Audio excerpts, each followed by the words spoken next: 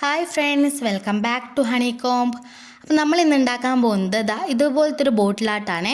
അപ്പോൾ അതിനായിട്ട് ഞാൻ ഈ ഒരു ബോട്ടിലാണ് എടുത്തിട്ടുള്ളത്. അപ്പോൾ ഈ ഒരു ബോട്ടിലിൻ്റെ കുറേ ക്രാഫ്റ്റ്സ് ഞാൻ പിൻട്രസ്റ്റിൽ കണ്ടിട്ടുണ്ടായിരുന്നു. അപ്പം ഞാൻ അതിലെ ഒരു ഇമേജ് നോക്കിയിട്ടാണ് ഈ ഒരു ബോട്ടിലാട്ട് ഇവിടെ ചെയ്തിട്ടുള്ളത്. അപ്പോൾ അതിനായിട്ട് ഞാൻ ആദ്യം തന്നെ ഒരു വൈറ്റ് കളർ ബേസ് കോട്ട് കൊടുക്കുകയാണ് ചെയ്യുന്നത്. ഇത് വലിയ നിർബന്ധമൊന്നുമില്ല കേട്ടോ. ഈ ഒരു ബോട്ടിലാട്ടിന് നിങ്ങൾ കൊടുക്കുന്നത് വളരെ ലൈറ്റായിട്ടുള്ള ഒരു ഷെയ്ഡാണെങ്കിൽ അതിന് ഈ ഒരു വൈറ്റ് കളർ ബേസ് കൊടുക്കുന്നത് കുറച്ചുകൂടി നല്ലതായിരിക്കും. അപ്പോൾ ഞാനത് വലിയ പെർഫെക്ഷനിലൊന്നുമല്ല കേട്ടോ അടിച്ചിട്ടുള്ളത്. കാരണം ഞാൻ കൊടുക്കുന്നത് ഒരു ഡാർക്കായിട്ടുള്ള ഓറഞ്ചാണ്. ഇവിടെ കാണുമ്പോൾ കുറച്ച് ലൈറ്റായിട്ട് തോന്നുമെങ്കിലും ഇത് ഫുൾ അടിച്ചിട്ട് കാണുമ്പോൾ നിങ്ങൾക്ക് മനസ്സിലാവും അത് നല്ല ഡാർക്കായിട്ടുള്ളൊരു ഷെയ്ഡാണ്. അപ്പോൾ ഞാൻ ഇത് ഫുള്ളായിട്ട് ഇവിടെ അടിച്ച് റെഡി ആക്കിയിട്ടുണ്ട്. അപ്പോൾ ഇനി ഇവിടെ ആയിട്ട് നമുക്ക് ആ ഒരു മിഡിൽ പോർഷൻ ഞാൻ വിട്ടിട്ടുണ്ടായിരുന്നിടത്ത് കുറച്ച് ബ്ലാക്ക് കളറ് പെയിൻ്റാണ് ഞാൻ കൊടുക്കുന്നത്. അപ്പോൾ നിങ്ങൾക്ക് ഇതുപോലത്തെ ബോട്ടിലില്ല എങ്കിൽ ഒരു റൗണ്ട് ഷേപ്പുള്ള ബോട്ടിൽ നമ്മൾ കുറച്ച് സ്പേസ് വിട്ടതിന് ശേഷം ബാക്കിയില്ലായിരുന്നു നിങ്ങൾക്ക് ഇഷ്ടമുള്ള കളർ അടിക്കാം. ഇപ്പോൾ ഞാൻ എടുത്ത പോലെ തന്നെ ഓറഞ്ച് തന്നെ വേണമെന്നൊന്നുമില്ല, വേറെ ഏത് കളർ വേണമെങ്കിലും എടുക്കാം കേട്ടോ. കുറേ കളറില്ലേ, ഇഷ്ടമുള്ളത് എടുക്കാം. അപ്പോൾ അതിന് ശേഷം ഞാൻ ആ ഒരു മിഡിൽ പോർഷനിൽ ഇവിടെ ബ്ലാക്കും കൂടി അടിച്ചിട്ട് നല്ലോണം ഉണങ്ങാനായിട്ട് വെച്ചിട്ടുണ്ടായിരുന്നു.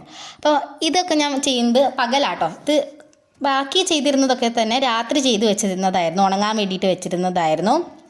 ഇപ്പം ചെയ്യുന്നത് ഫുള്ള് ഞാൻ പകൽ ചെയ്യുന്ന കാര്യങ്ങളാട്ടോ. അപ്പോൾ ഞാനിനി ഇവിടെ എന്തെങ്കിലും റൈറ്റിങ്സ് ഒക്കെ വേണമല്ലോ മിഡിൽ പോയിന്റിൽ. അപ്പോൾ അതിനായിട്ട് ഞാൻ എടുത്തിട്ടുള്ളത് ഹോം സ്വീറ്റ് ഹോം എന്ന് പറഞ്ഞിട്ടാണ് ഞാൻ എടുത്തിട്ടുള്ളത്. അപ്പോൾ ഈ ഹോം സ്വീറ്റ് ഹോം എന്ന് പറഞ്ഞിട്ടാണ് ഞാൻ എഴുതാൻ പോകുന്നത്. അപ്പോൾ അതിനായിട്ട് ഞാനിവിടെ ഹോം എഴുതിക്കൊണ്ട് നിൽക്കുകയാണ്.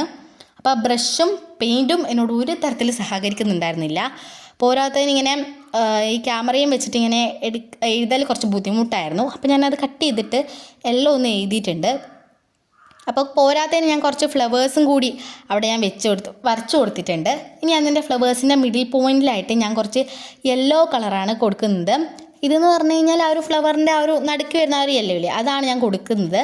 അപ്പോൾ ഇപ്പോൾ കാണുമ്പോൾ നിങ്ങൾക്ക് മനസ്സിലാവും ആ ഒരു ഓറഞ്ച് കൊടുത്ത അത്ര വലിയ പെർഫെക്ഷൻ ഒന്നുമില്ല ആ മേൽഭാഗത്ത്. കാരണം അവിടെ നമ്മൾ പിന്നെ ഈ ചാക്കുനൂലില്ലേ അത് വെച്ച് കിട്ടുന്നുണ്ട്. അപ്പോൾ അതാണ് ഞാനിവിടെ ചെയ്ത് കൊടുക്കുന്നത്. അതുകൊണ്ട് അവിടെ വലിയ പെർഫെക്ഷൻ വേണമെന്നേ ഇല്ല. അപ്പോൾ ഞാനിവിടെ ആ ഒരു ചാക്കുനൂല് ഉപയോഗിച്ച് ജസ്റ്റ് ഒന്ന് നല്ലോണം മുറുക്ക് കെട്ടി വെച്ചിട്ടുണ്ട്. അപ്പോൾ അതിന് ശേഷം ഞാൻ ഇതിൽ കുറച്ച് പ്ലാൻസ് ഒക്കെ ഇട്ട് കാണിക്കുന്നുണ്ട്. അപ്പോൾ ഇതാണ് ഇതിൻ്റെ ഫൈനൽ ഔട്ട്പുട്ട്. അപ്പോൾ ഇഷ്ടപ്പെട്ട് കഴിഞ്ഞാൽ ലൈക്ക് ചെയ്യാനും ഷെയർ ചെയ്യാനും സബ്സ്ക്രൈബ് ചെയ്യാനും മറക്കരുത്. ഇനിയൊരു ബോട്ടിലാട്ടും കൂടിയാണെങ്കിൽ കമൻറ്റ് ചെയ്യണേ. Tata bye.